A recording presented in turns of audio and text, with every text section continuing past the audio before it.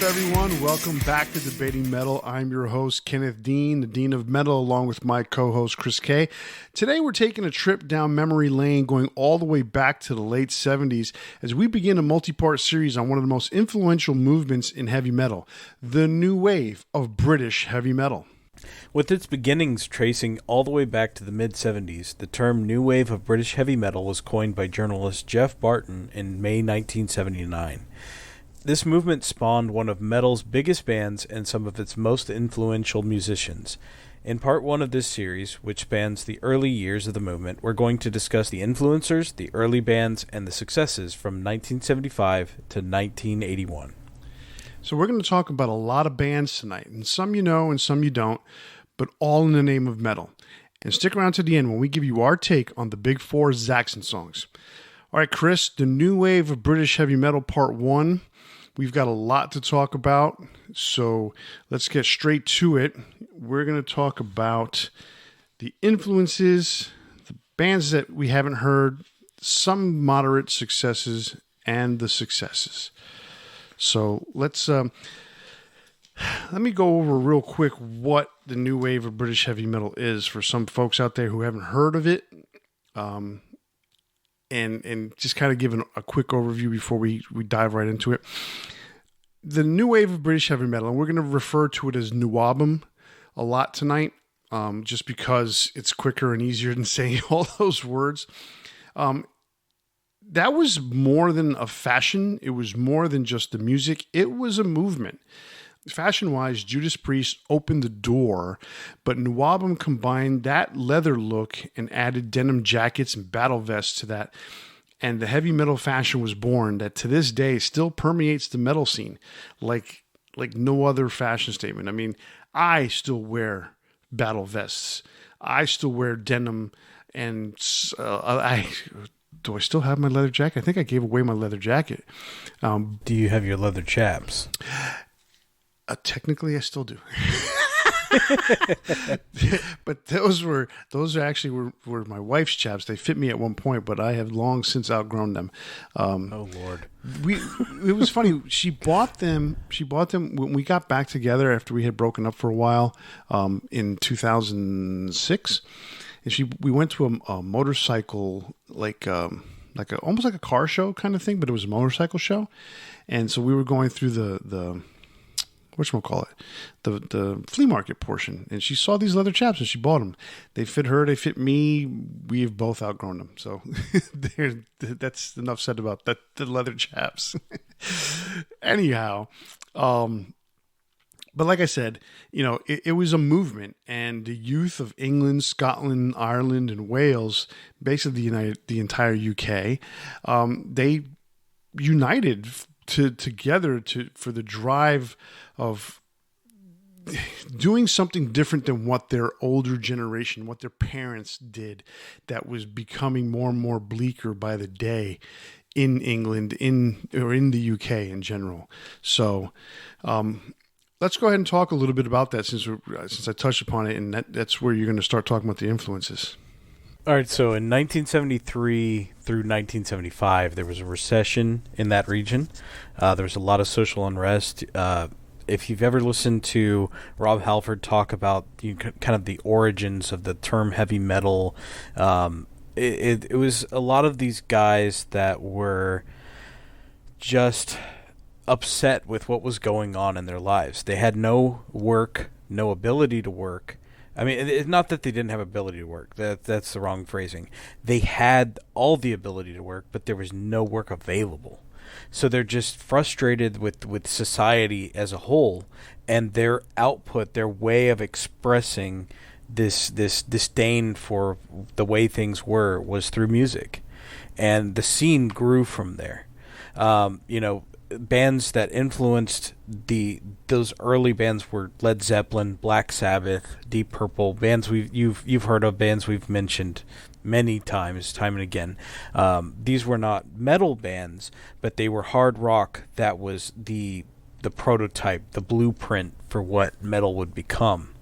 There were British bands like Queen, Hawkwind, Budgie, Bad Company, Status Quo, Nazareth, Judas Priest's early rendition, and UFO and Thin Lizzy that all had some of those elements, the guitar solos, some of the drum work, etc., that would be incorporated into New Album. And then foreign bands like Blue Oyster Cult, Kiss from the US, Rush from Canada, Scorpions from Germany, and AC/DC from Australia. And many of the bands we just mentioned would evolve into metal, but at that stage they were more of a hard rock outfit and would influence what would become New Album. When in the 70s, when this recession was happening and the country, economically came out of the recession, there still was a large amount of people unemployed, and these kids had nowhere to turn. That's initially what started the punk movement. But the punk movement, what kind of killed the punk movement was the fact that these kids that were now looking to do something were looking to do it skilled. They wanted to be able to play their instruments. They wanted to be able to be guitar heroes and stuff like that. And so they worked harder than where the punk scene was just like, let me go out there, let me bang on my instrument, come up with this song, and get in and out as quickly as possible. These other guys that turned into the New Album scene wanted more out of their music, and then bands like Zeppelin and Sabbath and Deep Purple, they left the door open. As they began to fall apart with Black Sabbath losing Ozzy and going through the motions in the last few Ozzy albums, Led Zeppelin having their inner turmoil and then eventually disbanding in 1980 when John Bonham passed away.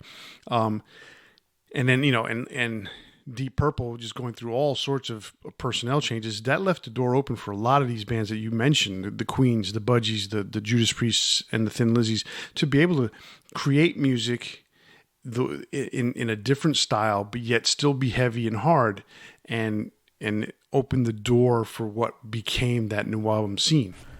Yeah, I mean, coming out of punk, you mentioned that these people wanted to be very skilled at their instruments, at what they were doing. There's always that kind of counterculture when there's an established thing going on, right? There's we've talked about black metal before, where when black metal arrived, it was in contrast to death metal, which was super skilled guitarist with guitar solos and kind of this change in the mindset of being kind of the opposite. And when you're coming out of punk, which is more about the attitude, this was more about kind of showing what they were capable of. And I think that ties in right with that, frustration of not having jobs, not having the options to kind of show what they could do in society in that way, instead showing what they could do musically. It's an answer to the question that's put out there in the world. Exactly.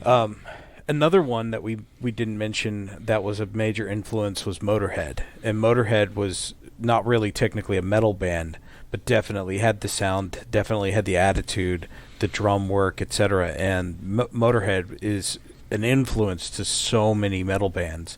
And I would say a lot of people would consider them a metal band, even though Lemmy technically didn't. Well, it's funny because they get categorized in so many different ways. They are considered the first New Album band, but in reality, if you listen to their sound, if you listen to their songs, they are not new wave of British heavy metal. Yet it was the fact that they were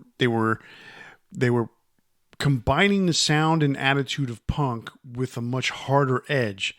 And that's kind of what some of these New Album bands did.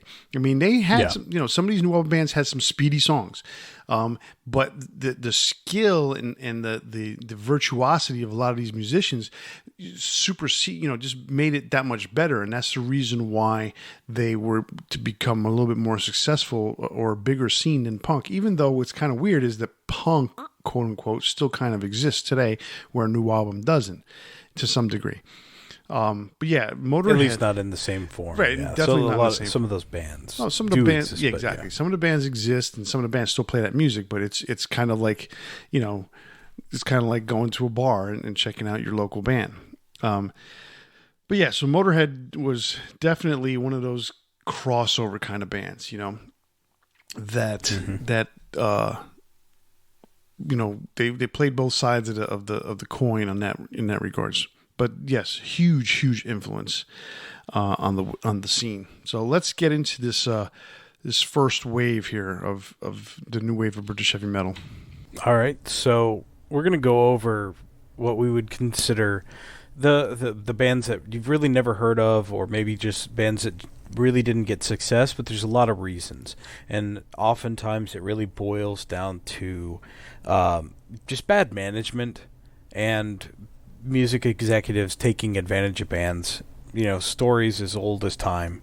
So we're also going to go over these in relation to a compilation album that came out in 1980 at the beginning of the scene, and that was Metal for Mothers, Volume 1. You're going to recognize as we talk about this some of these bands, but many of them you won't. But each of these is worth talking about, at least to some degree, because there's some stuff that, unfortunately, it just got left by the wayside in that early stage of 1980, 1981, 82, 1979 even. But some of these bands are really interesting. So I think the first one we're going to mention is kind of funny. It's called Ethel the Frog, and that's an odd name for a metal band. They were established in 1976, lasted till 1983, and then had a reunion in 2009. And I'm not really quite sure how true that is. I couldn't find a lot of information on that. They had one track on the Metal for Mothers compilation, and that was Fight Back. They had really not a whole lot of success. They had a cover of Eleanor Rigby, but if you listen through that album, the first album they released, Ethel the Frog in 1980, there's some interesting stuff on there. I listened to Fight Back, and Fight Back, it was definitely a blend of coming out of the punk scene. It was a little bit of a punky sound to it, but then it definitely has that new album sound overall. Chorus is a little weak, and I think that's the biggest reason why it really didn't do well. Solo on this is really, really basic on that song. I mean, like almost a beginner type. Super, yeah. Super basic. Picked slow individual notes.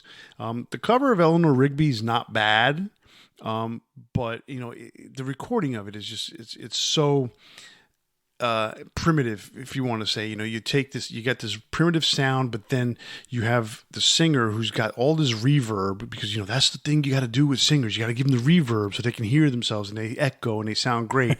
But it sounds like shit in reality. You got to do reverb very lightly. So it's an okay cover. The Beatles song is obviously a much better version. So they were interesting. As you said, there was no to me, I couldn't find anything that really corroborated any reformation of the band. So I don't. Yeah, that was tough to find. So I don't know if it's valid or not. But yeah, that was information that was out there. Sometimes they may be reformed, but they may be just playing in like local clubs or something. So who knows? So moving on, let's talk about Sledgehammer. I think you have some stuff to talk about. Sledgehammer? Sledgehammer formed in 1978. They existed up until about 1988, 89 or so, like that. They're from Slough, Berkshire, England. They released a couple of singles. The song that was on Metal for Mothers was a self-titled song called Sledgehammer. Let me tell you, that song to me sounded very similar to a Saxon song. Which we're going to talk about Saxon a little bit later. They did also have another single called Living in Dreams, excuse me. That's a pretty decent song for the most part, though it kind of has a riff that kind of drones on the whole time. The chorus isn't that catchy, so it's an okay song. But, there's a reason why they didn't get too far. Yeah, I mean, I wasn't super impressed. The track itself, Sledgehammer, was all right. But just never having an established album kind of wrecks you. Yeah, and but you They, can see why after listening to those. I mean, it's just not. There's nothing there. But then again, you don't know what else was being heard at the time when they were playing live gigs. So true. Okay, so moving on, we're going to mention a band real briefly. This is EF Band. So interestingly enough, not everybody from the new wave of British heavy metal, British it being the key word, was from Britain. This band was from Gothenburg, Sweden.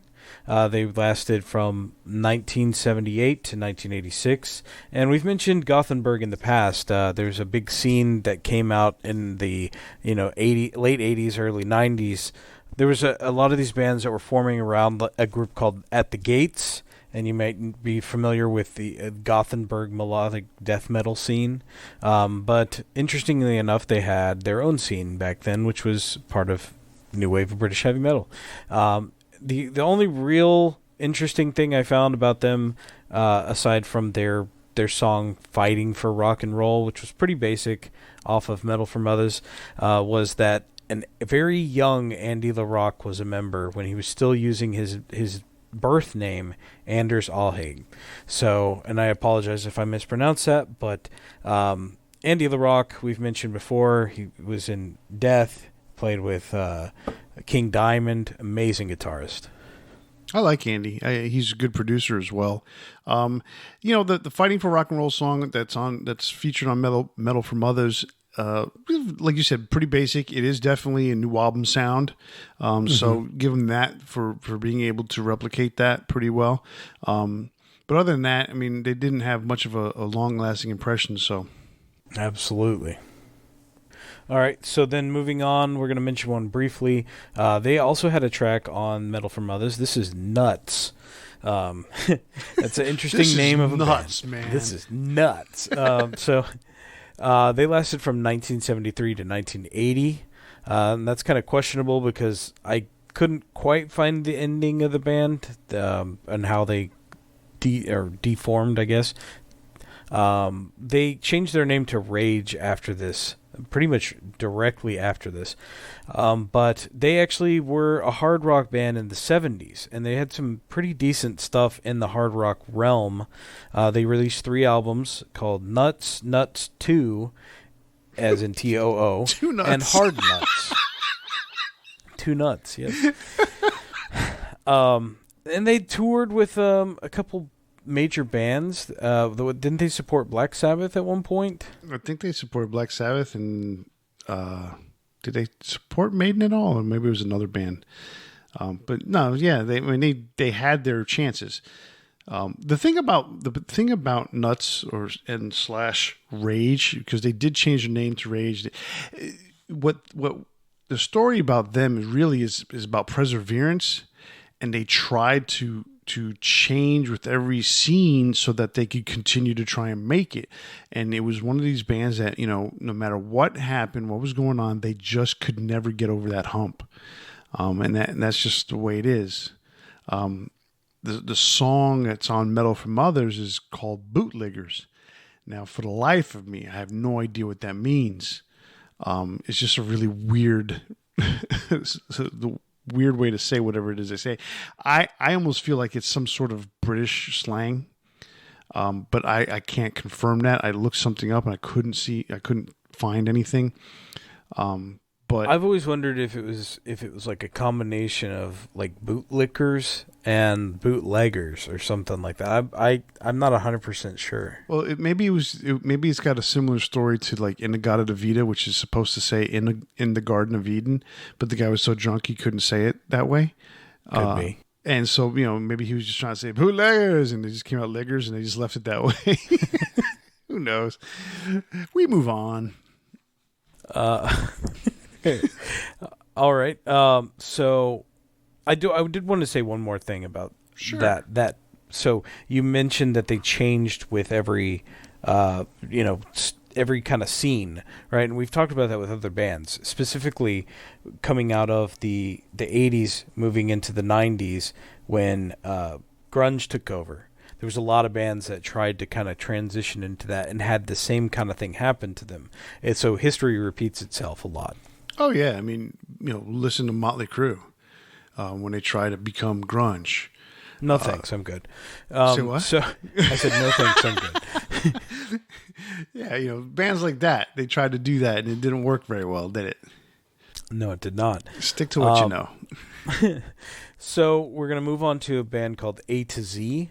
They were one of the premier new wabam bands at the time in 1979, but they only lasted until 1982. They're from Manchester, England. Released one album, which was a live album called The Witch of Berkeley. There was a lot of hype behind this band, and a lot of fellow musicians and people that were in the scene were saying kind of this was one of the bands to look for, and they just really didn't go anywhere, mostly because of bad management. We mentioned that kind of at the top of the show. That was going to be a kind of continuing theme through most of these bands, to be honest. But yeah, one live album in 1980, and then it wasn't long before they really didn't put out any other new stuff, any new songs, so it's hard to maintain a career that way. First of all, if your first and only album is a live album, that's an issue. That's a problem. And maybe there was someone sitting there saying, hey, look, it worked for Kiss as far as they released a live album. They became huge. Look at UFO. They had a huge live album. So let's just cut to the chase and do the live album. Maybe that's what management told them. Who knows? But that is not the way I think it should have gone. Who knows? I did catch a bit of one song called Treason that's on a different compilation, and it's okay. I mean, it's just pure new album sound, and there's a reason why these bands don't make it. It's just not. There's nothing that stands out above the rest, and that's also going to be a continuing theme with some of these bands. But sometimes there's bands that have talent and skill, and unfortunately they don't have good direction. They don't have somebody telling them, this is what you should do differently to kind of cultivate your sound. Right, and exactly. That was a huge problem at the time. So there's no telling. I mean, they could have gone somewhere, but again, bad management is bad management. It's never going to cater to growing anything. So moving on, let's see. Let's talk about very briefly, about a band called Toad the Wet Sprocket. And you may have heard that name before, but this is not the alternative rock band from the late 80s, early 90s. They released a song on Metal for Mothers called Blues in A. It is probably the track that does not fit this compilation. You said you had something to say about them. Well, okay, so I heard Blues in A, and I'm like, why is this on this record? Okay, and then I realized that this record was put out by EMI Records, which is a major label, at least in Europe at the time. And the issue with that is that when you have a major label that is compiling an album of unsigned bands, you're never really going to get a good group of songs. However, there are a couple of named bands that are on this compilation that did make it, but that's a different story because you can always, step in shit every so often and find gold. But Toad the Wet Sprocket was not that. And even though the compilation was, Neil Kay, who was a huge guy in the scene, helped put this compilation together, sometimes, decisions are made that just don't go. Anyhow, Blues in A, not a new album song. However, they did release several singles. So Toad the Wet Sprocket did put out some singles in the late 70s, early 80s.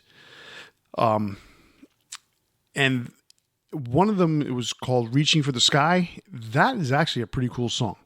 And what I noticed about that, they had that song. They had a song called One Glass of Whiskey. What I noticed about these songs is that there was, and I can't call it an influence, but there is something very Maiden-esque about their style of playing, in that they're playing this new album kind of sound, and then all of a sudden mid song they're shifting, they change rhythms, they change the pattern, they change the melody. It completely changes. Very similar to how Iron Maiden will change, in the middle of a song. But that was something that, yeah, Iron Maiden did that right off their first album with Phantom of the Opera, but that became a signature thing for Iron Maiden way later on. So, it was kind of cool. So what I gathered from Toad the Wet Sprocket is overall, they were a band that shoulda, coulda been bigger, but for one reason or another never went far, and probably has a lot to do with management. They had skills. I could tell they had skills, but there's not much out there regarding their information, obviously, because Toad the Wet Sprocket, the American band, kind of took over that name in the 80s and 90s. They made a name for themselves, but this band kind of got left behind in the wayside. However, late last year, a record company of some sort put together an anthology of their songs, and it was released, and it was called Rock and Roll Runners, I believe.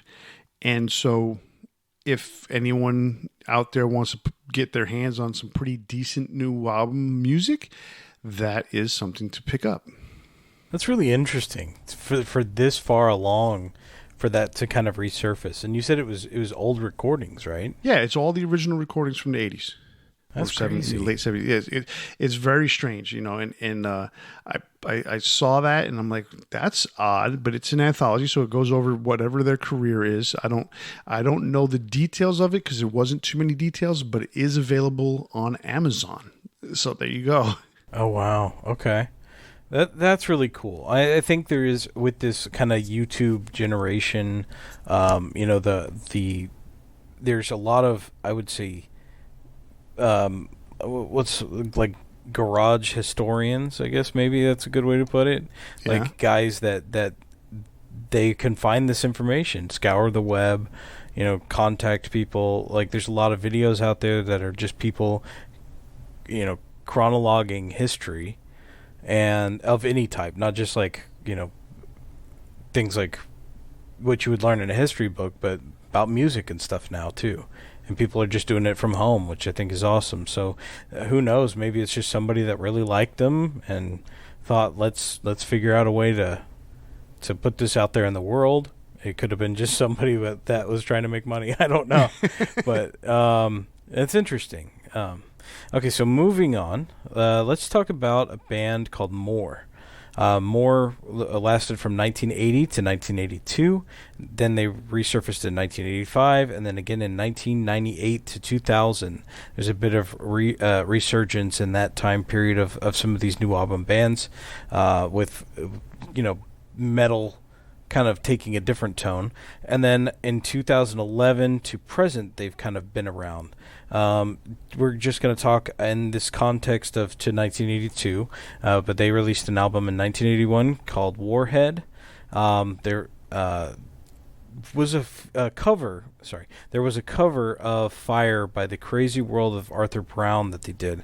And what's significant about that is a lot of metal musicians will reference the Crazy World of Arthur Brown as one of those influences that is kind of overlooked often. He had the look, some of the corpse paint is inspired by some of the stuff, and some of that music is like early prototypical metal, to be honest. Yeah, I mean, Gene Simmons cites the Crazy World of Arthur Brown as an influence. Let me tell you, the version that they put out on this record is actually pretty good. The Warhead album, actually, overall, if anybody's out there and can find that album, it's on YouTube. They have the whole album, so if you can figure out a way to download it and put it on MP3, that would be a great idea, because guess what? It's actually a pretty good album. It was released by Atlantic Records in 1981, so their first album was a major label release. So the record company obviously saw something in them that was pretty good. They were some pretty good players. Their version of Fire is awesome. I mean, to me, it's better than the original. Because the recording's better for sure. Yeah, as a metal song, or and a metal for that day and age in 1980 or 81, that's a really cool version of that song. I mean, to me, it's much better, much better. I mean, I love the way they turned the keyboard part of fire into a chugging guitar riff, and that's really, really cool. And they've got other songs in there, very new album in many cases, but it is pretty cool. And check it out. You said 2011 to present. This band still exists to this day. And although from 1980, when they started, there are no original members left. There is a member. His name is Baz. I can't remember the last name. I forgot it. Who is their bass player. And he has been with the band since 1982. So he's been there, now 40 years. So that's pretty cool. Although he does not appear on any of the 2 albums that they released. Here's the other thing about More that I don't know if you got this last time when we were talking about them recently, but the original singer for More was a man named Paul Mario Day. Many people out there who are very, very smart will remember he is Iron Maiden's first singer. I guess I'm very smart.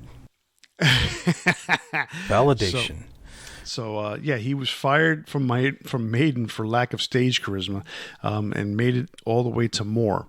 So not bad, but I don't think he's the singer that's on the records. He was there only in 1980. So that tells you that. So maybe his stage charisma didn't carry him through More. No, it didn't. But actually, if anyone can get their hands on this is a pretty good record, and they do have one album. Their second album is available on Spotify. Very cool. Good to know. All right, so moving on, we're going to talk about a band called Fist that was around from 1978 to 1982, then again from 2001 to 2006, and again from 2013 to the present. They're from South Shields, England, and they had an album called Turn the Hell On from 1980. So they are a little bit of a mixture of like the 70s and early 80s rock, metal, I would say. And then they do have that very new album sound. But what I think really stuck out to me, I guess, is their guitar work. Their guitar solos are really nice. Yeah, I mean, they have this blend of new album and kind of the 70s, the late 70s hard rock sound that kind of they did a good job of blending together. Yes. And so I enjoyed what I heard from them. Here's the funny thing about that. They did a cover of the song The Wanderer, which is the 1961 song by Dion. And some songs you want to cover them, sort of like this takes me back to Twisted Sister doing Leader of the Pack. It's like it might play well in a club, but I don't think it really plays well on an album when you are trying to garner fans outside of the club you just played at last night. It worked okay for Twisted Sister. They did a good job. They released it on their first EP, but then they released it later on Come Out and Play, and it failed. It tanked. This, although not a bad version, they have some good drum work and they have some good guitar work on it because they're good players. It just doesn't work for me because you're talking about taking a metal band and upgrading a doo-wop song. Essentially, it's not really doo-wop, but early '60s was just that early rock and roll sound, and to me, it really overall doesn't work. So there you have that. Yeah, a lot of the covers at this time, to be honest, I'm not a big fan of because they don't fit that new album sound. Right. Although the Toad Duet Sprocket version of Fire is still pretty good. Yeah. The other thing about that, they had a single called Too Hot. That was a catchy song. So it was kind of like an anti-date song. It was really weird. The lyrics are sort of how Desmond Child turns lyrics around. I hate myself for loving you. I forgot how the lyrics went for Too Hot, but it's kind of backwards. Like you're like they were the worst catch in town or something like that. It was really really weird kind of okay. way. But cool song nonetheless. But I think overall, they were, to me, probably more. I don't want to put them as parody, but they kind of fall into that category almost. You know. Okay. So, but I mean, they weren't a parody band. But when you're doing a cover of a song like "The Wanderer," which again, it wasn't horrible, but it's you're converting a different kind of style of music to blend it to metal. There's a certain way you have to do it, and I don't think that was the right song to pick. And then "Too Hot" was just like an anti-hero kind of song. Gotcha. All right, so moving on to another band called Alcatraz. Alcatraz with a K, not the band, with Yngwie Malmsteen and Graham Bonnet. This was another band that only lasted from 1980 to 83. They had one album in 1981 called Young Blood. And, not bad, just nothing really that stood out to me. Nothing stood out to me either. And you could see why they didn't last very long. It just wasn't attractive music to me. Yeah, a little bit not. It hadn't fully evolved into the new album sound to me. Like they were still kind of in that more rock sound, but guitar solos I think are what really defined them as new album. Right, I could see that. And that is a trend for some of these bands, to be sure. Like they didn't really fully evolve into that new album sound. So moving on to one called Bleak House. Some of you might have heard of them because of their affiliation with another famous metal band. They lasted from 1972 to 1983, and then they had a one-off show this year, which I thought was really interesting. And I imagine that is relevant to who we're going to talk about in relation. They had an album in 1980 called The Rainbow Warrior. They had one song that has some distinct similarities to Metallica's Welcome Home Sanitarium. Now, I tend to think that this is more just based on the chord progression, which chord progression can be very similar in a lot of songs because of music theory. But who knows? And I would say that, yeah, it does have some similarities, but they're still two very distinctive songs, and Rainbow Warrior is a good song. So, what do you think about that? I talked to you about it briefly, and when we kind of were discussing this episode, the first thing that stood out to me was the first few notes sounded very similar to Nirvana's Heart-Shaped Box. Then after those several few notes, it went into a structure of a song that was very reminiscent to Welcome Home Sanitarium. Vocal melody-wise, it's not the same. No. But I could see the similarities. Chord progression-wise, the similarities to me are not necessarily chord progression-wise so much as it's just song structure. You have this song that starts off with individual notes that goes into to small chords, quiet chords that that lead to a quiet melody for the vocals that go into a heavier, harder sound a little bit quicker, come back down. Song structure wise, I mean, it's virtually identical in terms of Welcome Home Sanitarium. But to me, note for note, not there's no similarities in that, just structure wise. That's my opinion. But I could see where the similarities go. That's for sure. I think it's one worth checking out if you've never heard it. It's very interesting, and I like the music itself, so it's definitely worth checking out. But a band that again had pretty poor management and didn't really go anywhere a lot often because of it. So, moving on to a band called White Spirit. They lasted from 1975 to 1981, and then they've apparently reformed this year. I had a little bit of trouble finding information on that. So Yannick Gers from Iron Maiden was actually a member of the band, and I guess that's really what makes them stand out. I did listen to a little bit of it, and it's not bad. Again, this is just a band that I guess doesn't super stand out, but that connection is very important to mention. Yeah, I mean, obviously, when you think about the connection, Yannick becoming a close friend of Bruce's, Bruce Dickinson, the Iron Maiden singer, who then he used him on his solo album, his first solo album, Tattooed Millionaire. And when Adrian Smith decides to leave Iron Maiden, Yannick joined the band. And he's been there ever since.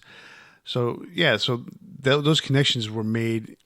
There's so many of those connections that happen in the 80s, specifically because of this scene. So that's definitely really interesting in that regards. The cool thing about them, it's cool, but at the same time, it might be the reason why they weren't able to succeed as a new album band is they were built differently. They were built more like a Deep Purple, more like a Rainbow. They had a keyboard player rather than another guitar player type of thing, and that's where the differences lie. So you hear the keyboards as like the second guitar, and rather than being two guitar virtuosos, trading licks back and forth. And I think that's what separated them, but at the same time, that's what kind of differentiated them from being a really true new album type band. Yeah, it makes them stand out in a way because nobody else was really doing that. That was more of a thing that bands like you mentioned, like Deep Purple would do. Deep Purple's sound is very synonymous with that keyboard rhythm, or the keyboard trading off, and yeah, it does really set them apart. So another band, we've only got a couple more in the "Who the hell are these guys" category. That would be Wild Horses from 1978. They only lasted till 1981. They're from London, England. They released one album called Wild Horses in 1980. But some of these names you might be familiar with. Jimmy Bain on bass, lead vocals, and guitars. So Jimmy Bain of Dio fame. You got Neil Carter on lead guitars and keyboards, and Brian Robbo Robertson on lead guitars, lead vocals, and bass. And Brian Robertson would be in Motorhead a few years later. And Clive Edwards on drums. So this was a little bit different. Again, kind of not quite fully having that fully developed new album sound, but definitely some interesting stuff. These guys, they were interesting for sure. I mean, they were a kind of more established, I guess you could say. So they had a record deal. They were on EMI, so they had a little bit more money to produce a better kind of album. But at the same time, they're still playing new album kind of songs.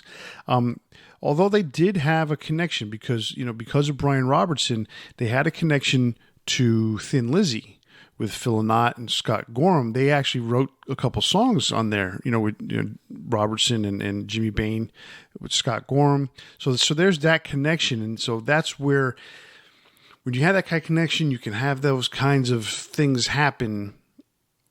What happens after that? Is your management taking care of you?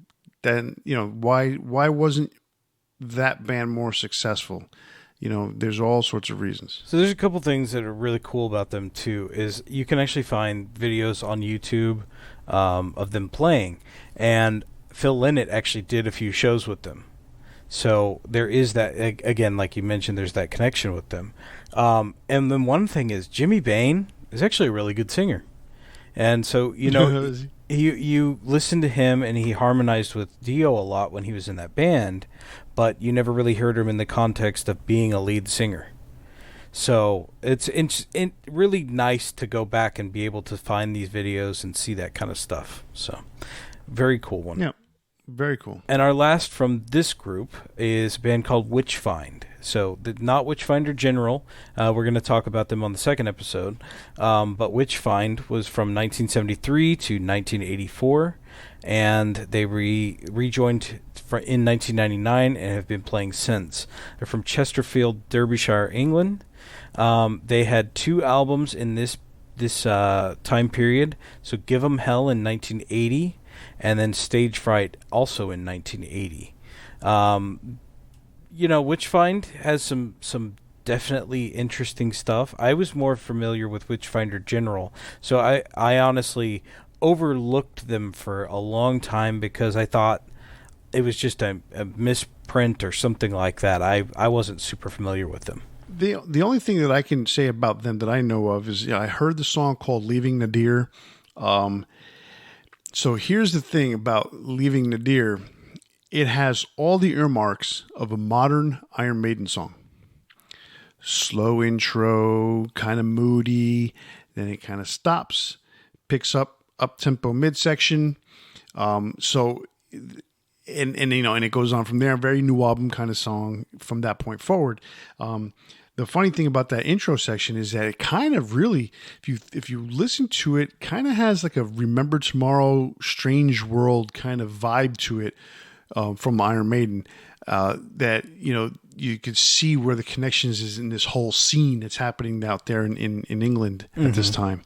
So yeah, that's what I got on them. Song's not bad. So I would, if you could pick it up or listen to it somewhere, it's pretty cool. You just got to give it a chance. So to me, when I listen to them, I think they have some kind of cross in the sound between like two bands we're going to talk about later. The are a little bit between Diamond Head and like that Soundhouse tape era of Iron Maiden. Like the recording is a little bit primitive, but there's something there in that sound. Yeah, that's exactly kind of what I was referring to, is where they're kind of maiden-y sounding overall in general. Yes, primitive recording, very similar to Soundhouse tapes. So yeah, I can see where you make that connection. All right, so that brings us to the moderate successes.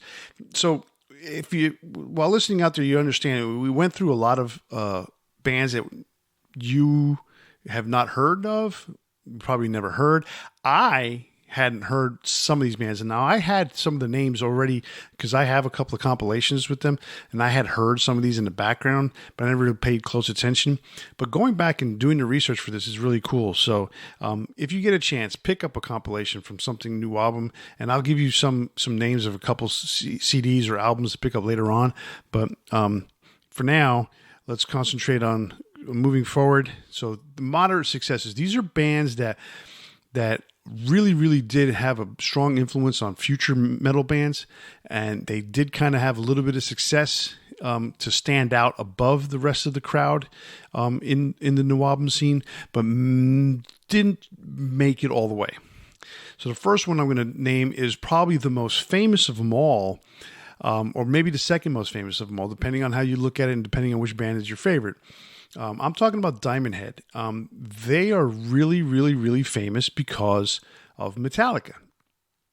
While they were a really strong band during the New Album scene, during the new wave of British heavy metal, they just piss poor management, piss poor lots of things that basically derailed their career early on. And it was one of those things where it's like, bad luck just kept coming at them, but yet they have one of the most influential first albums out there, to the point where Metallica recorded 4 songs of theirs and actually were playing 5 songs on a regular basis of theirs. I'm pretty sure you've heard the stories, Chris, when Metallica first played live gigs in LA. This is before they moved to San Francisco. When they were playing in LA, they were playing these songs as if they were their own, because they knew no one knew who they were. So, but then as they progressed and made their own original music, then they started to say that this was these were covers, but they almost purported them like they were their own because they needed to get a gig. Yeah, I've definitely heard that before. It was a little bit more of a lawless land back then in that regard. Yeah. But yeah. I mean, I had Diamond Head's first record on CD. I had found it in my local store, which no longer exists. But I was a huge fan of this album. My biggest complaint with Diamond Head was always the vocals being so moany, I guess is a good way to put it. It's funny because it's moany, but it is exactly what the new album scene was. I mean, they were no different in terms of their vocals than any of the other new album bands that were not like an Iron Maiden or Def Leppard. I was going to say, yeah, they're definitely not like Iron Maiden. Right, but when you think about the general population of new album bands, they were very, very similar to the rest of them. Oh, for sure. You know, so, and if you haven't caught by now, the album that we're talking about that was their first release is called Lightning to the Nations. Came out in 1980. Sean Harris on vocals, Brian Tatler on guitar, Colin Kimberly on bass, and Duncan Scott on drums. I mean, that is one of the most influential albums to come out of the new album scene that wasn't from a band named Iron Maiden. So, like I said, they were big influence. Megadeth, Metallica, probably a lot of the guys that were in the Bay Area thrash scene. So that tells you how good this album is. I mean, songs like "It's Electric," The Prince, "Sucking My Love." What was that? Those are two songs. "Am I Evil?" and what was the one? "Helpless." So it's. I mean, "Helpless" is on the 598 EP from Metallica. "Am I Evil" is the B-side to "Creeping Death." What's the other one? "It's Electric" is on Garage Inc. I mean, The Prince was a B-side from the Black Album. So they recorded 4 of their songs. That's how much of an influence Diamond Head was to Metallica. Oh, for sure. So that's pretty impressive. What do you have to say about Diamond Head? Sorry. Oh, like I said, I mean, I went out and sought out that album. So a quick story: one of the sad moments in owning CDs. So I was taking this disc, which was very hard to find in the late '90s, early 2000s, out of my car, and it snapped in half. And I was very upset. I was walking into my house, and I was going to show my sister that I had snapped the CD in half, and a fly was flying. This is like the coolest thing I've ever done. I've never done anything cool in my life. So I took the CD, and there was a fly flying around. It landed on a bookshelf, and I apologize to the PETA people out there, but I actually killed the fly with the CD on the small end. Like a ninja. Never done anything that cool in my life. You were doing the Mr. Miyagi with a CD. Exactly. Except for I didn't let it go at the end. It wasn't alive anymore. It's dead. Canceled. So the one thing I didn't like about Diamond Head, and this has nothing to do with Diamond Head, is the fact that when you said you picked up their CD, the availability of this album was nil. In the late 80s, early 90s. It just didn't exist. Basically, there were bootleg versions of this album out by record labels that were trying to make a buck. Mm-hmm. And so there was technically, for a while, there was no official release on CD. And, when you're talking about record companies, and they were official record companies, Neat Records, Combat, Vertigo, Lightning, specifically, what's that thing? Music for Nations. Those labels were trying to get this album released, and I think one of them eventually got the official release, but it was just like hard as anything to get the import for it because there was no official, there were more bootlegs out there available on CD than there were official releases, and that's what sucked about it. Yeah, it worked against them for sure. All right, so I'm going to talk about a band called Angel Witch.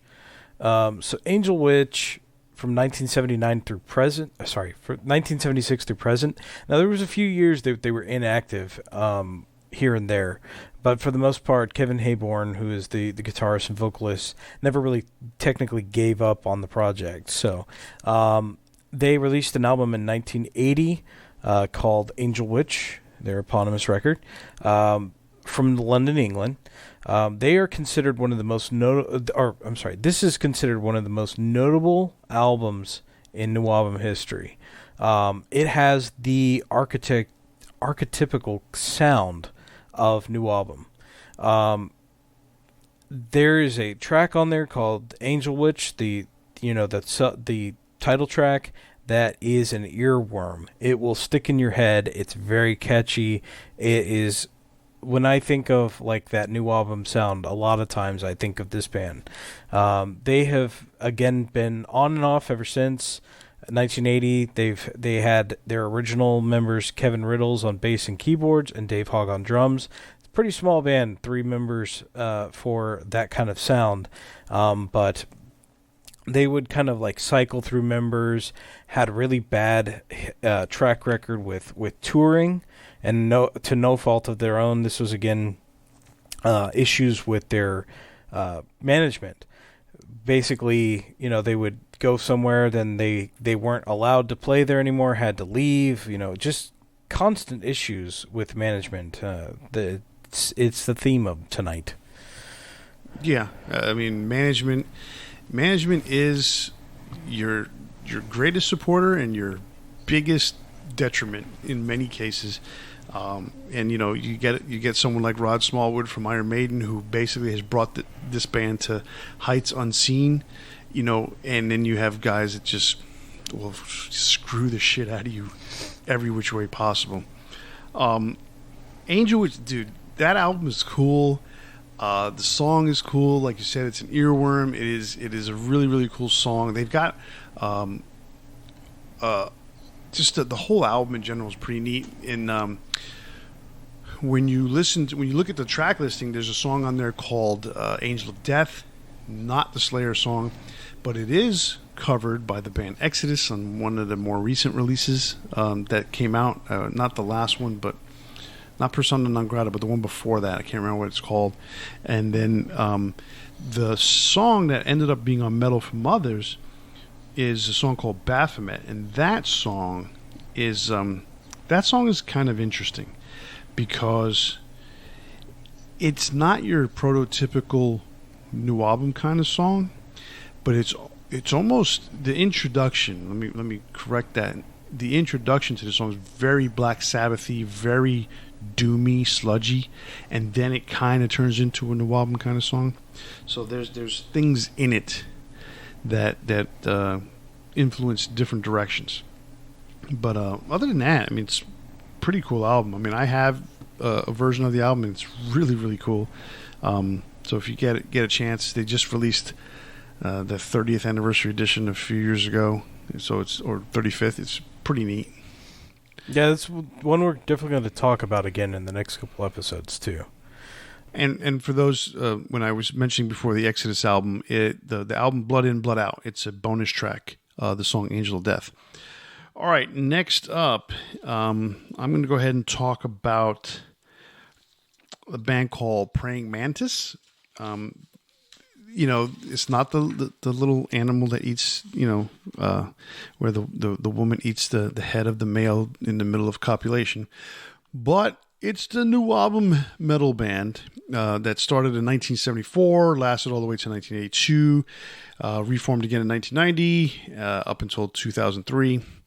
And then they reformed again in 2008, and they are still currently together. They're from London, England. They have multiple vocalists, so kind of like a Beatles vibe, Kiss vibe, if you wish. Their song that appeared on Metal from Others was Captured City. Again, it was an okay song. They released an album in 1991 called Time Tells No Lies. That, in and of itself, that first album is a really big story, and that's where their story their career kind of goes sideways. They recorded this album. They recorded a version of the song I Surrender, which was a Russ Ballard song. Many of you may know it as a hit single by Rainbow. And that's where the story kind of conflicts. They recorded this version at the same time that Rainbow recorded their version, and they were both about to release it. And basically, Rainbow had enough pull to make Praying Mantis not release it and have to choose a different song off of their debut album. So you got a band like Rainbow with a ton of, music industry influence, new band from England, not a lot of pull. They got shut down. They end up releasing a single called Cheated, which is the first song off their debut album. It reaches number 69 on the UK charts. Doesn't do much else after that. But I Surrender is an international top 10 hit for Rainbow. So there you go. The song Cheated's got a nice melody to it, but it's definitely not an I Surrender. So, and again, their management issues is what led to their dissolution several times over the years. What do you got about them?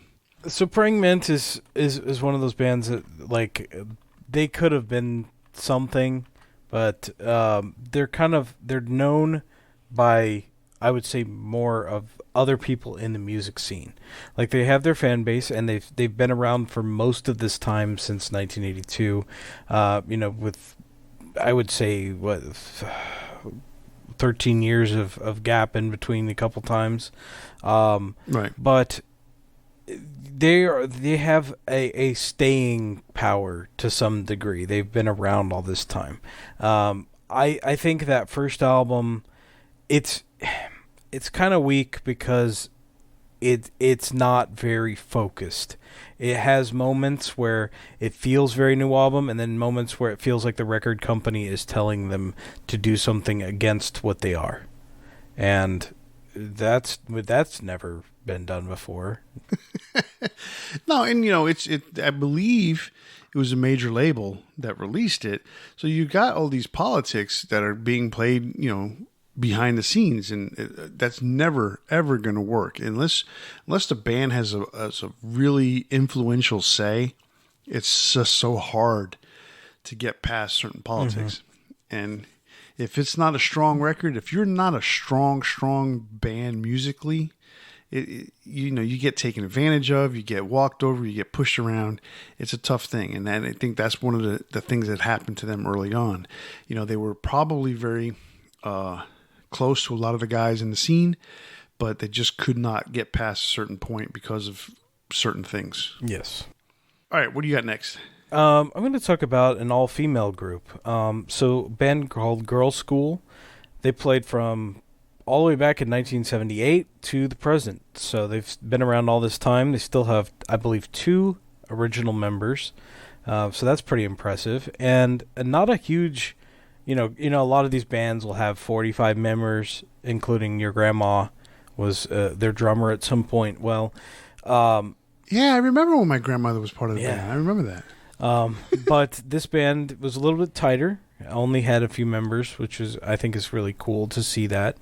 They released Demolition in 1980, and then St. Valentine's Day Massacre in 1981 with Motorhead. Now, they were called what? Head Girl?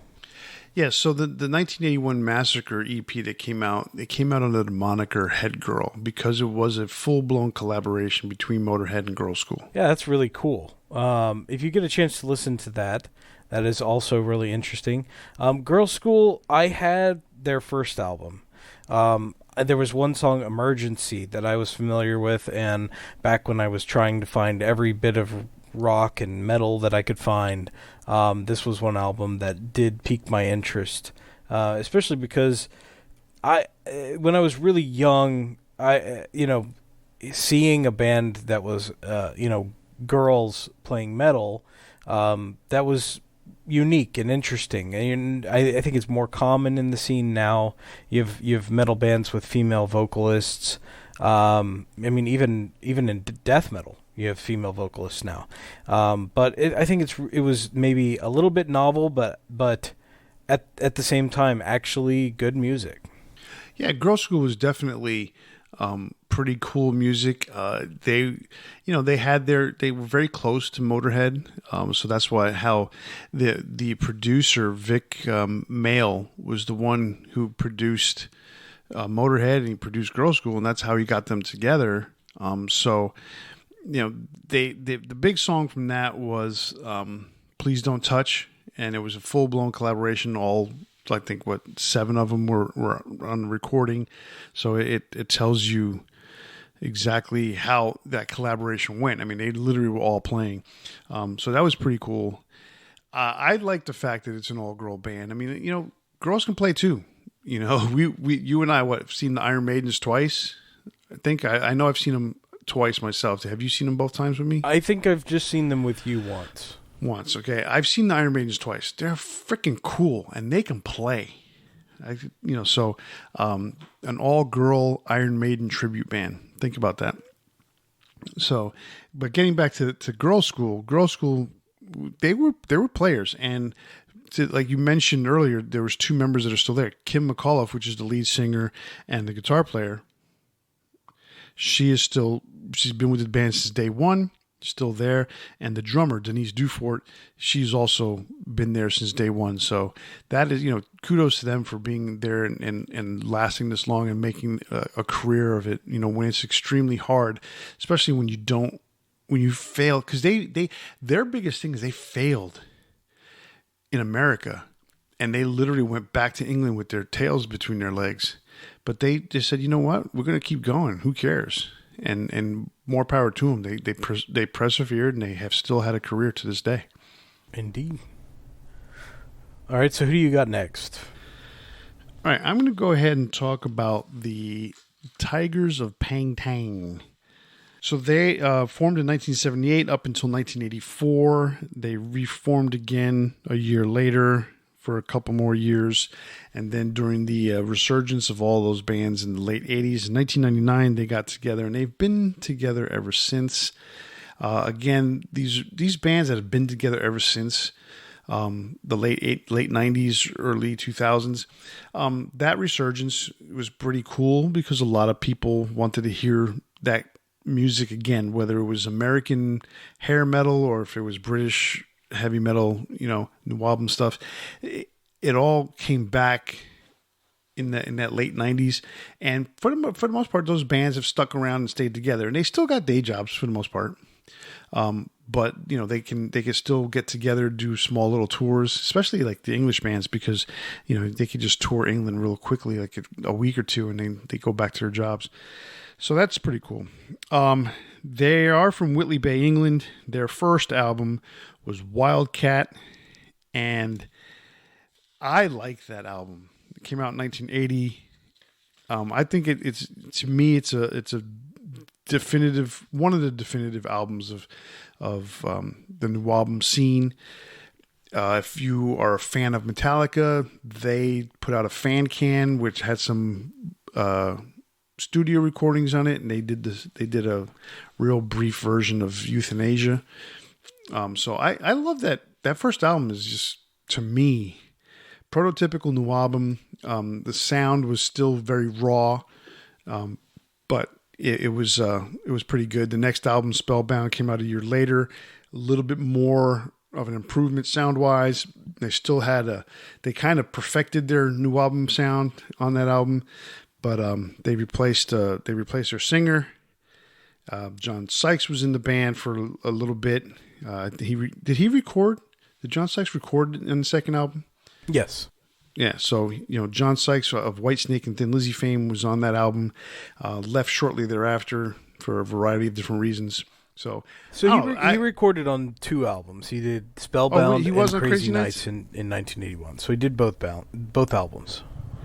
So yeah, John being on those albums, lends. I mean, no one knew who he was. He was basically an up and coming, guitar virtuoso that David Coverdale picked out and said, "Hey, I want you to do an album with me." And he joined Whitesnake a couple years later, and from there had 2 really big albums with Whitesnake. So I like Tigers. They were typical new album band to me. I mean, what are your thoughts on them? I mean, I kind of like the sound of their second album better, but I understand, like, that Wildcat has really the better songs. it's just, it's unfortunate because like they I think they got their sound down a little bit better, but it's not as raw. It's not as like new and exciting as Wildcat either. So, Right. what didn't take long for them to kind of not sound as good, I guess. Like they were around till 1984, but like those first few albums, I think that maybe the changes in the group, different members being replaced, etc., kind of did them a disservice. And that first album is just very strong. So I like them. I wish they had done, more in that time period, I guess. I mean, for those of you familiar with them, I mean, the first album had Euthanasia, Slave to Freedom, Don't Touch Me There, Wildcats, Money Killers. So it had some really cool songs. The reissue that came out in 1997 had a cover of ZZ Top's Tush. So that was pretty cool. I like their version of Tush. It's very new album kind of sounding, even though it's a ZZ Top song. They did a good job of converting it into a new album style song. And so there's a little bit of connection to Girl School, who would also later do a cover of Tush. So kind of interesting. All right, so this is another band that would kind of be considered a moderate success, but maybe for a little bit different reason. Demon from Leek, Staffordshire, England. They played originally from 1979 to 1992, and then from 1997 to present. This band has a very loyal following, and that's kind of why I would consider them a moderate success, is because they've really never stopped, aside from in 1992, so like for just a few years, but they've maintained a fan base all this time, and they continue to release new albums. They did have a little bit of a hang up, so they released Night of the Demon in 1981, and there's some amazing guitar work on here. What I really like about it is it does have a little bit of that 1970s, late 70s sound, but they did really start to incorporate the guitar work that you would hear in the new album sound. And that was a guy named Mal Spooner, who unfortunately passed away unfortunately passed away just 3 years later after this album came out. It's really great guitar work. And if you're not familiar with the band, I definitely suggest checking them out. I have to be honest with you, and in this particular case, I was completely unaware of who Demon was. That's one of the few bands that eluded me for this whole time period. So not knowing who they were was kind of like a surprise to me, because I know a lot of these bands. Like I have a couple compilations, so just to not see their name anywhere was kind of weird. That they kind of show up as being one of the more successful bands of that time period, and so it kind of stunned me in that regards. From what I was able to pick up and listen to briefly, they were pretty cool. It's a shame that Mal Spooner passed away when he did, because I believe that would have been definitely a big help to continue to keep them, in a certain mode, I guess you could say, of songwriting and playing and sound. Oh, for sure. That continuity, when it's broken up, when you have a chemistry in a band, and especially when you lose a member, not due to necessarily just wanting to leave or something, but because they pass away, that can change everything. Absolutely. All right, so last on this list of moderate successes is going to be a band that many of you are familiar with, and you're familiar with it because of another band. And this band that we're talking about is Saxon. They came out in 1976. They lasted all the way up until 2002. They're from London. I mean, their claim to fame is two things. One, Thunderstick on drums. And if many of you don't know who Thunderstick is, he was a drummer who, for whatever reason, chose to dress himself up in a bondage outfit to play drums, and he had a mask a bondage mask on his face as he played drums. How he survived and didn't pass out every night playing drums, I don't know. But the bigger claim to fame is that Bruce Dickinson was their singer for a short period of time, and his name was Bruce on their records. He appeared on, I believe, 2 of their albums.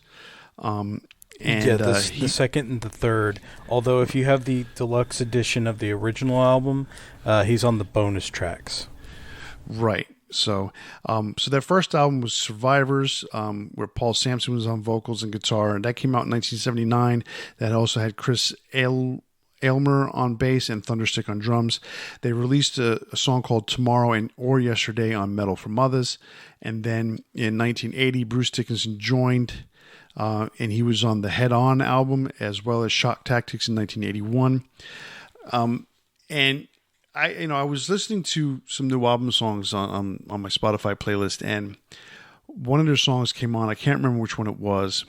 And immediately I could say, Bruce Dickinson. And it made the song that much cooler because he's got such a way of singing and such a style to him that it's so identifiable, but it does make it makes the songs that much better. It's very, very unique circumstance for someone like that to be able to improve something just by being able to sing on it. Yeah, for sure. I mean, I think the first album's not bad, but it's a huge improvement with his vocals on the second and third album. Second album is probably the best because even by the third album, they were starting to have some internal problems, not necessarily with the band, but just really bad management again. Their tours were derailed by the management not clearing things. Basically, they would show up to play a show and they weren't supposed to, and stuff like that. Like, there was all kinds of issues, and everyone in the band was just kind of like, screw this. Bruce got the go ahead. Like, hey, Rod Smallwood said, this is not working out. If you really want to make it, there's this band Iron Maiden. They just fired their singer. You should audition for Iron Maiden. And we all know where history went from there. Yes, we all know where history went from there, in that clandestine meeting in the back of the Reading Festival in 1981. Look, if the writing's on the wall in one band and the writing has already been written, and no pun intended because of Iron Maiden's Writings on the Wall song, the writing on the wall is already written on another band, you make your decision. I mean, he quote unquote auditioned, but bottom line is he knew he was making a band, and the band knew they wanted him. It was just a matter of making sure that the personalities worked.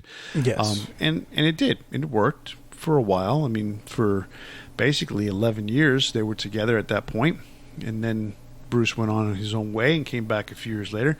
So, it's one of those things where Sampson just, for the most part, imploded. They were, I mean, think about it. The Reading Festival in 1981, they were higher on the bill than Iron Maiden. And Iron Maiden had that great debut in 1980, a year earlier. And then Sampson is still higher on the bill than Iron Maiden. But, that would change just a short while later. And really dependent on Bruce. Yeah, exactly. Yeah. It's one of those things where, Bruce was the catalyst for that, and we all know we're all big Iron Maiden fans, so it's absolutely understandable how that worked. All right, so moving on to the successes, we're going to talk about the band that we're going to do for our Big Four tonight. This is Saxon. They formed in 1977, and they've been playing ever since. They only had only 4 albums during this time period. They had their self-titled record in 1979, Wheels of Steel in 1980, Strong Arm of the Law again in 1980, and Denim and Leather in 1981. So all of these records had the same lineup: Biff Byford on vocals, Graham Oliver on guitar, Paul Quinn on guitar, Steve Dawson on bass, and Pete Gill on drums. And one thing about this band, and one of the big reasons they would be considered a success for multiple reasons, not just because of their music, but because of their style. Denim and leather is something that is closely associated with the metal genre. To this day, people wear battle jackets, wear leather jackets. That look that you think of when you see these guys at the metal shows that have been to, hundreds of shows and wear the patches in honor of the bands they've seen or the bands they love. This is a part of it. Denim and leather is not just a saying, but it is the vibe of metal, I would say. No other song epitomizes what heavy metal, and in this instance, the new wave of British heavy metal, means more than that song, Denim and Leather. It's just the description of what they do on a Friday night, go to see your local band, influence you to want to play guitar, to play bass, to play drums, to be a singer in front of the band, repeating some of the lyrics. It is such a cool song. And yes, it is definitely, as I talked about, it's more than just a fashion statement, but the denim and leather is the fashion of heavy metal. It really is. And this band has been going strong all this time. And one thing I find really great is that Biff still has really strong vocals after all this time, since playing in 1977. In fact, he just recently appeared on an Amon Amarth album. That he's oh my god! So you say how strong his vocals are. Okay, he the epitome of that song. So we talk about denim and leather, right? That's the epitome of heavy metal. The song that's featured on the Amon Amarth album is called Saxons and Vikings, which is the epitome of English versus Scandinavian. Okay, versus the Nordic region of the world, Vikings versus Saxons, and what better thing to have than to have the singer of Saxon, having a duet with the singer of Amon Amarth, the epitome of Viking music. That is so freaking cool, and he did a killer version. It's not even a version. He did a killer job on that song, so that is really cool. Saxon, for me, I got into them probably 1983, maybe 82 or something like that, right around the time MTV started. And I got into metal, and Denim and Leather was the first album I picked up, and that's just an amazing album. And sadly enough, other albums influenced me more, and I never picked up another Saxon album, even though I knew about certain stuff, because they were, for the most part, they were imported. So it was hard to pick them up. Unless you went to a record store that had imports. And, I ended up picking up the AC/DCs and the Judas Priest because those were major labels. But Saxon, I just had seen them. I had heard some of their music, but I just never got into purchasing anything other than Denim and Leather till much later in my life. Their early stuff is amazing. Those first 4 albums that you're referring to that came out during this particular time period that we're talking about are awesome. Just amazing albums. You have to, if you're out there, pick it up. If you don't have them, just amazing. So, and to this day, for him to still sing as good as he does, that's another incredible thing. Here's the other thing I think you and I talked about it briefly. They re-recorded some of their classic songs from back in the day was it 1999?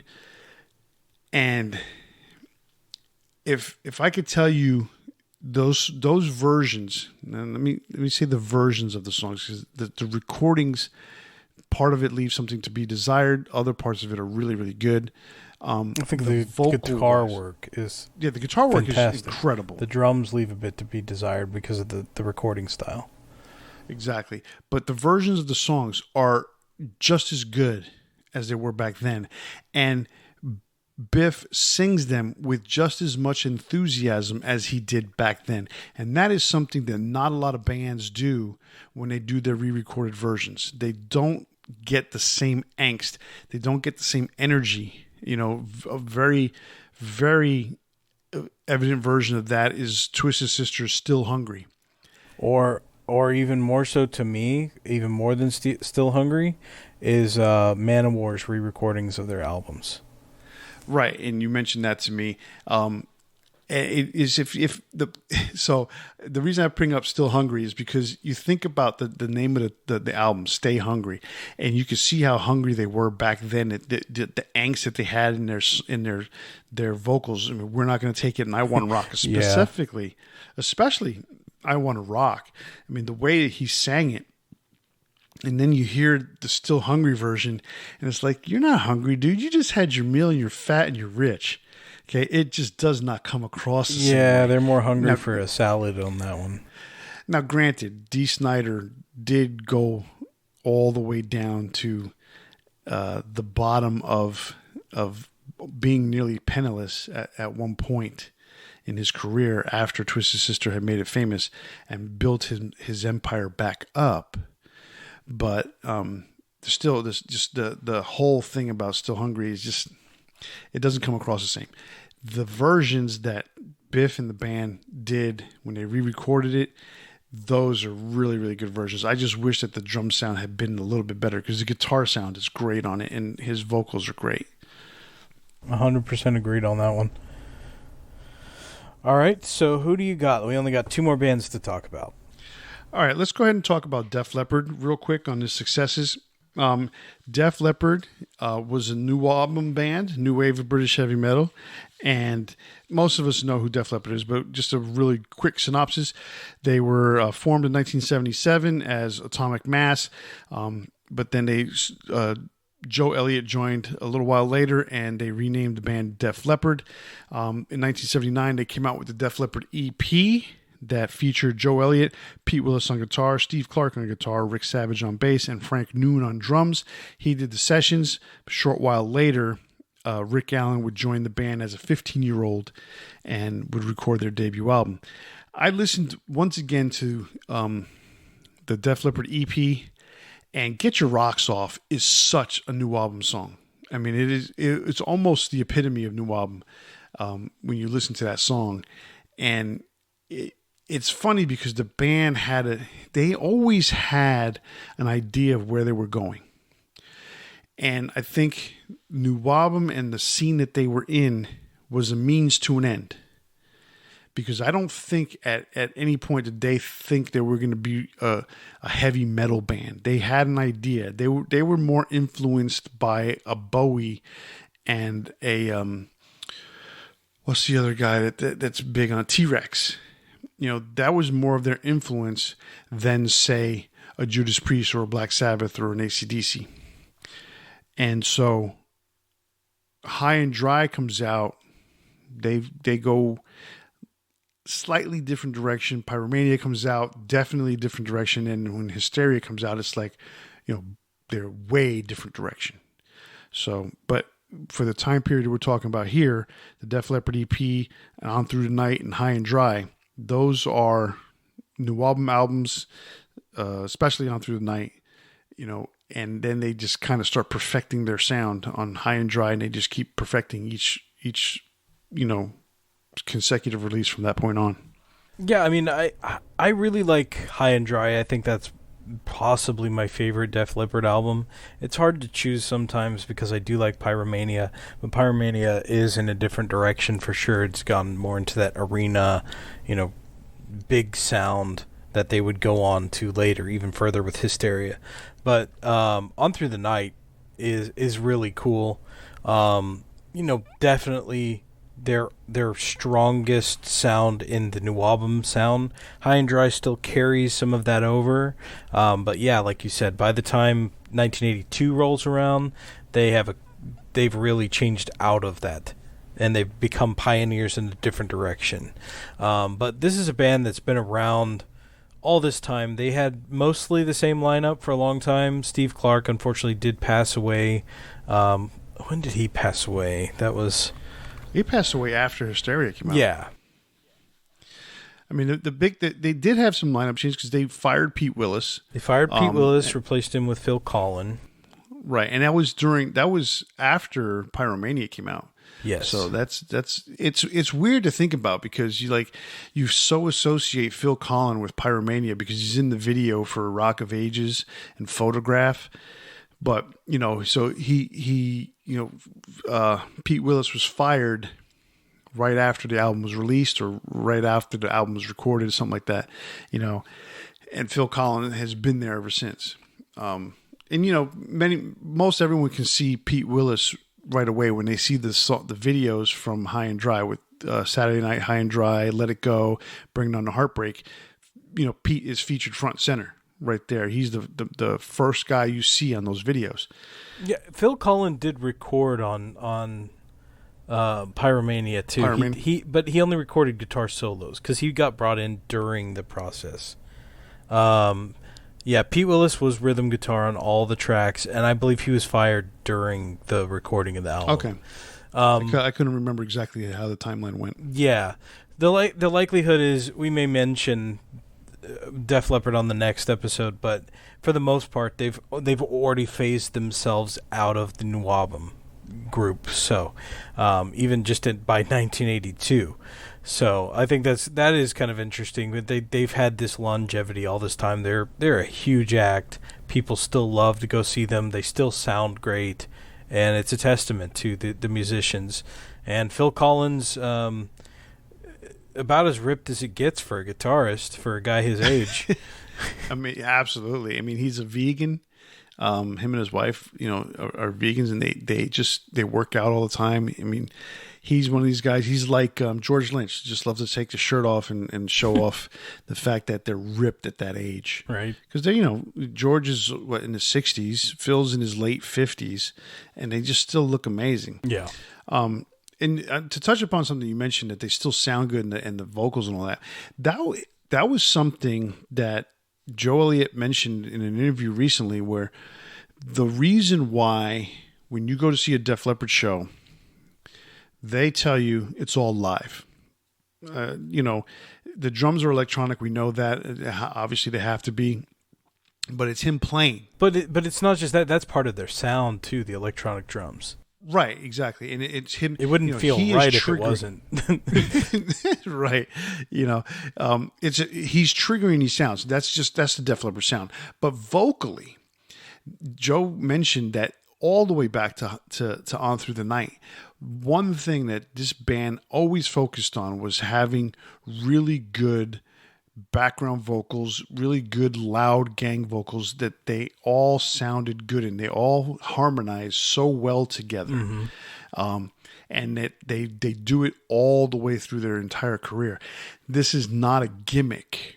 This is not something that's when you go to the show, you hear background tapes of their vocals. No, that is them playing.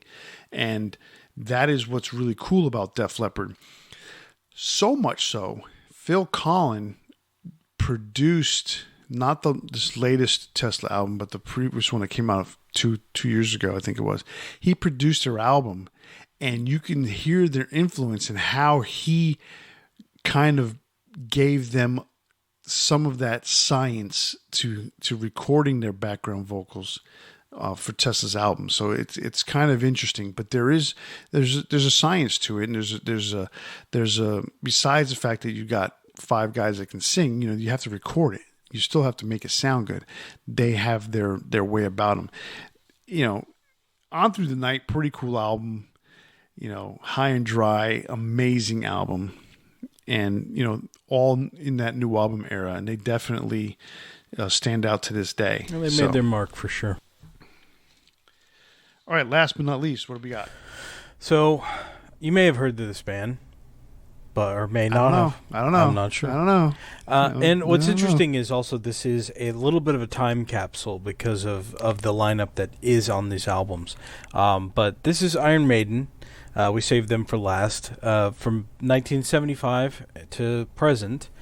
Just actually released a new album last year. And they are from London, England. Their first release was the Soundhouse tapes in 1979. At that time, Paul Di'Anno was on vocals, and you might not recognize all of these names unless you're a big Maiden fan. Dave Murray on guitar, Paul Cairns on guitar, Steve Harris on bass, and Doug Sampson on drums. So that is not the typical first Iron Maiden lineup that you would necessarily hear, at least from the first album.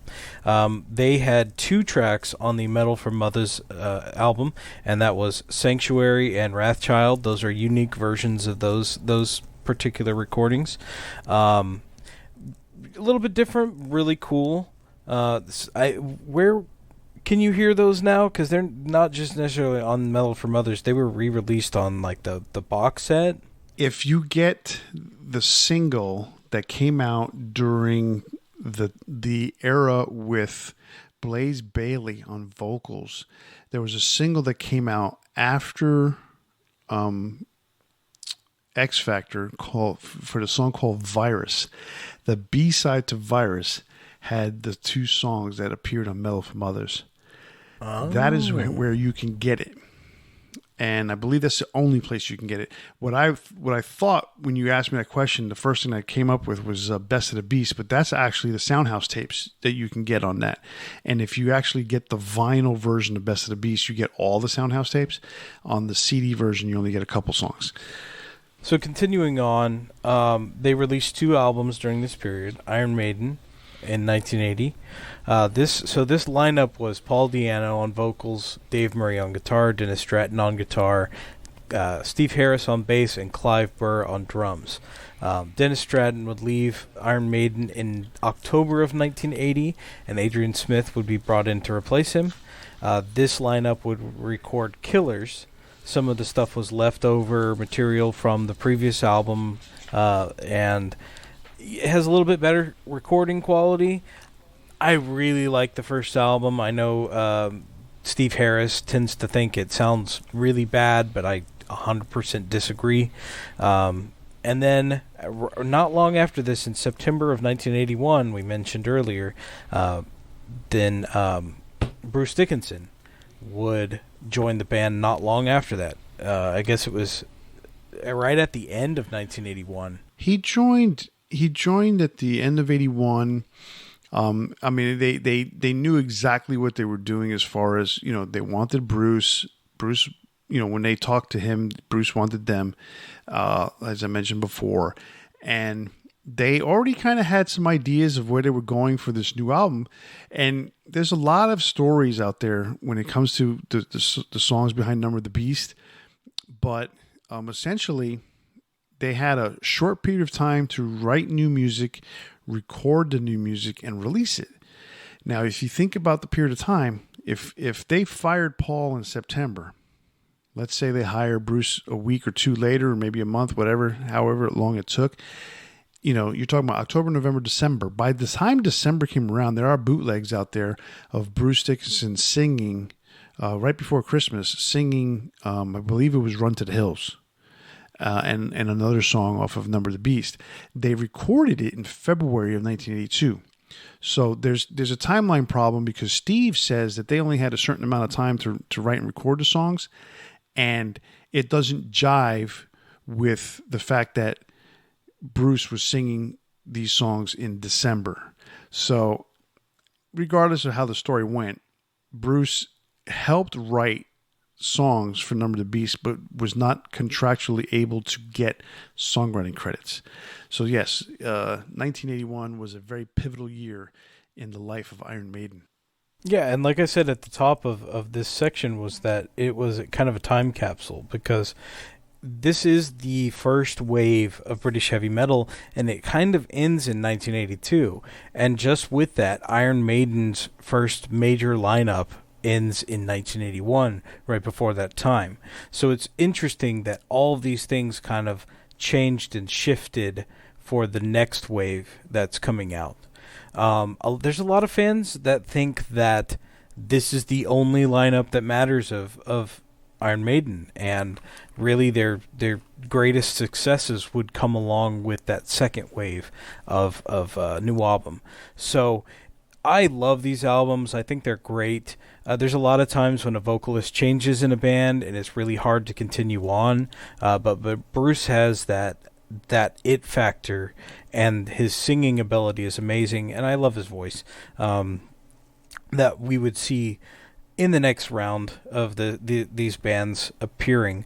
But Iron Maiden of this period is very raw, very filled with attitude. There is something magical about this time because you have guys that are showing up to shows with fake cardboard guitars playing along in the audience. There's just a vibe of this is a scene that people want to be part of, and something that is different and against kind of counterculture at the time. And it's just so good. I love Iron Maiden of this period. I got into Iron Maiden in 1982, when after the Number of the Beast album came out. Going back, I remember seeing guys with the Killers T-shirts. I remember a friend of mine that was living around the corner from my cousin. His brother had the Killers album sitting there on his nightstand. Just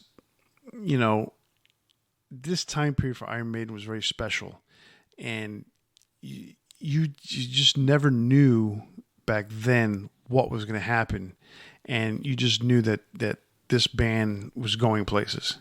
From the Soundhouse tapes, you could feel the energy. If anybody doesn't have the Soundhouse tapes, they're really expensive to get. It's a 7-inch record, so don't let anybody fool you into thinking it's a 12-inch. The only way it was released was on a 7-inch vinyl.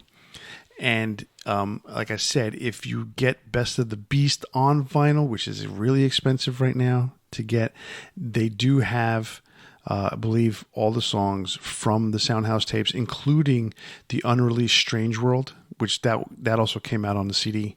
And so you can get the Soundhouse tapes, but listening to the first album, you get a really good glimpse of the rawness and energy that Iron Maiden can bring as soon as those first chords to Prowler hit. So it definitely a very special band. Yeah, I mean they're one of my favorites all the way back from this time period on. I mean, when you think about it, if you listen to the two songs that came out on Metal for Mothers compared to everything else, you can see that they stand way above everybody else. It is just amazing how different they are, energy-wise, production-wise, professionalism-wise. They are just so different from everybody else that's on that recording. I'd agree with that. Yeah. Yeah, I mean it's bands like those always stand out in a crowd, and that's in this particular case they definitely did. All right, well, that was quite the experience to go through, and that's only part one of this multi-part series. So the next one, we're going to have some more information on the bands from 1981-ish, late 81 into the middle 80s. What, 1985, you said? So basically what we're going to do is we're going to recap some of these bands and what they've gone on to do from this point, and then the next wave, new bands that from 1982 on, like you said, appeared in the second wave of new album. So we did a couple of episodes before where we talked about hair metal, and we talked about, or the glam scene, I guess technically. I know some people don't like the term hair metal, but it is that title for a reason too. But also we've done thrash metal, so we're going to continue in that same kind of vein with this. All right. Well, that brings us to the big four for tonight, and we are doing the big four Saxon songs. So in this particular case, I'm going to go ahead and go first. Okay. With my big four Saxon songs. All right. So number 4 for me comes off of the 1984 album Crusader, and it is the title track, Crusader. It's kind of an epic kind of song. The cool thing about early Saxon, and even they touch upon it now, was that they were very similar to how Amon Amarth is nowadays. They talk about their history. They talk about their lineage as far as being English is concerned, and what Saxons were back in the day. And that's how they, that's why they're named that. So Crusader is definitely the epitome of that kind of storytelling, and that's a really cool song. The next song came out in 1980. Song number 3 for me is Wheels of Steel, also another title track off the Wheels of Steel album.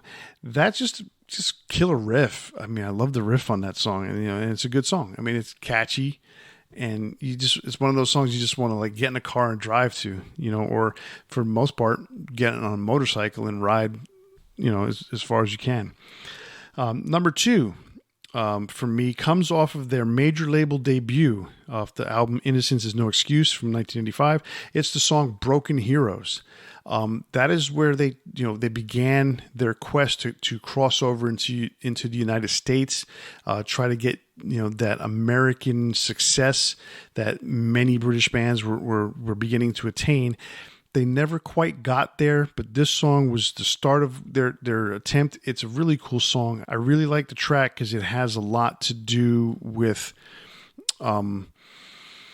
soldiers coming home from war, essentially, and how they're being treated.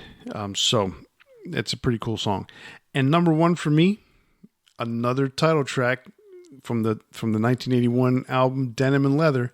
It is Denim and Leather, the epitome of the new wave of British heavy metal. We talked about it earlier. It's a great song. It's my number 1. That's a good list. Mine is a little different because I kind of got into them at a later stage. You said you were more of an early fan, and that's something that happens with us a lot. Is we're from 2 different age groups, so sometimes we have a different aesthetic. But some of ours does crossover in time periods, but there's no crossover in songs. My number 4 is 747 Strangers in the Night off of Wheels of Steel. I just really like that track. That album I think is possibly my favorite of that time period. It has the best recording on it. Sometimes with those old metal albums, it is a factor of the recording was just so bad at the time. It was harder for me to get into until I could really learn to appreciate it later in life. So sometimes the albums that to me that resonate and they have that nostalgia factor were ones that had maybe a little bit better recording quality at the time. My number 3 is Witchfinder General off of Lionheart. Lionheart was the first album I owned by Saxon, and Witchfinder General is the first track off that album, and it's an awesome one. That comes from the kind of early 2000s, and that was really when I was getting into finding a lot of these bands, because back then we didn't have MP3s and CDs and stuff not CDs, but we didn't have MP3s and iTunes and that kind of stuff, and so finding some of this stuff was harder, and that was the only album that I could find, and luckily it was an awesome one. It's still probably my favorite to this day. And my number 2 is Princess of the Night from Denim and Leather. Great track. Like you said, Denim and Leather is a great album. It really is. There's a lot of really awesome stuff on there, but Princess of the Night to me sticks out. I love the riff on that song. And then my number 1 is off of Battering Ram. It's the title track, Battering Ram. This is a heavy song. It just kicks a lot of ass. And if you've never heard it, if you're one of the people that have, that I'm stuck in the time period of the early age of metal, there's nothing wrong with that, but there is something to be said for giving a lot of these bands a chance, because they're still out there kicking ass. They're still out there putting out good music. And one thing about it is, you think about the drumming on this album. You have a drummer that's been playing since the 70s that has only increased in skill, only improved, and really come into the modern era with modern skill. And that doesn't happen, and is still playing to this day with that skill level. I was going to say the same thing because, I saw them live. I saw them open for Judas Priest back in 2018, and to know that's the drummer that's been there since the 80s. He's not the original drummer, but he's been there for a while, and it is just amazing to know how skilled that guy is. And very similar to AJ Pirro when he was with Twisted Sister and Adrenaline Mob. In Twisted Sister, he could not show off his skills. I mean, there was a couple of songs that happened later on. I mean, he did some really cool drum work when with the song Tear It Loose on their first album, but you don't see the technical skill until way later. And then when he joined Adrenaline Mob, he was let loose. I mean, the guy was one of the best drummers out there. And this dude who plays with Saxon, I can't remember his name, he is by far one of the better drummers to come out of that era, and still doing it with top-notch skills. I mean, it's double bass and the speed in which he plays is just amazing. Nigel Glocker? Nigel is a badass drummer, okay? And for being his age, that is just doubly impressive to me. 100%. So I like your list. I mean, there's not, like you said, there's nothing wrong with choosing some of the older songs. They're classics for a reason. I didn't pick the newer songs because, in my particular opinion, it's not that I prefer the older songs. It's just I think those older songs are just overall better. But they've got a lot of really cool songs on the newer albums, so definitely give them a listen.